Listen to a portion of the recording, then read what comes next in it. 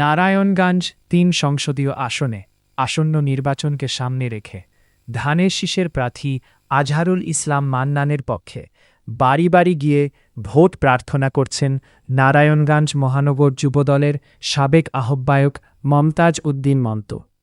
রবিবার দুপুর থেকে তিনি বিভিন্ন পাড়া মহল্লায় সাধারণ ভোটারদের সাথে সাক্ষাৎ করেন এবং প্রার্থীর পক্ষে সমর্থন কামনা করেন। এ সময় তিনি এলাকার মানুষের খোঁজ খবর নেন এবং তাদের বিভিন্ন সমস্যা ও প্রত্যাশার কথা শুনেন। মমতাজ উদ্দিন মন্তু বলেন, আজহারুল ইসলাম মান্নান একজন সৎ, যোগ্য ও জনগণের পাশে থাকা নেতা।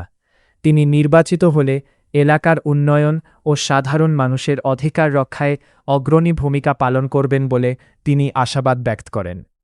স্থানীয় বাসিন্দারাও তার প্রচারণাকে স্বাগত জানান এবং শান্তিপূর্ণ ও উৎসবমুখর পরিবেশে নির্বাচন অনুষ্ঠিত হবে বলে আশা প্রকাশ করেন। এ সময় মমতাজ উদ্দিন মন্তু সবার উদ্দেশ্যে বলেন, বিসমিল্লাহির রহমানির রহিম।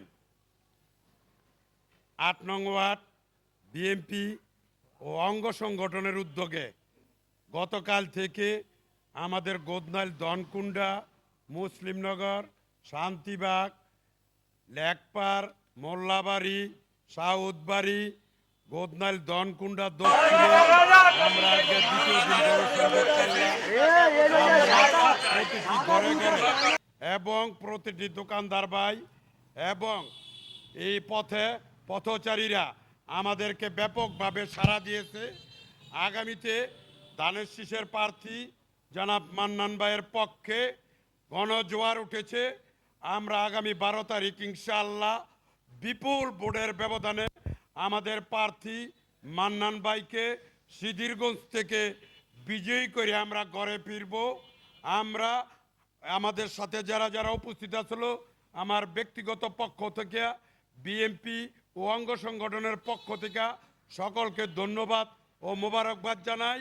আগামীকাল আমরা বাড়িপাড়া থেকে শুরু করে 2 নম্বর বাস স্ট্যান্ড আমরা সেই বাঙ্গারপুল পর্যন্ত গণসংযোগ করব। আপনারা যেই 3টা থেকে এখন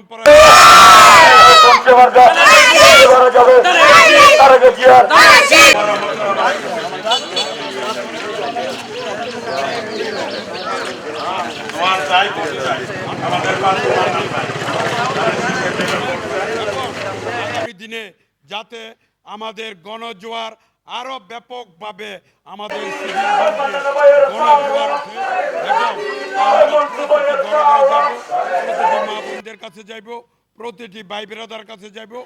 আমরা দীর্ঘ 17 বছর পর এই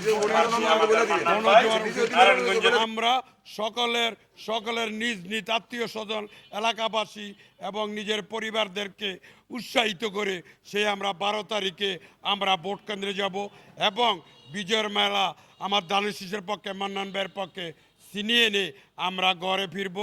আমি আর বক্তব্য দিব না, কারণ সবাই ক্লান্ত।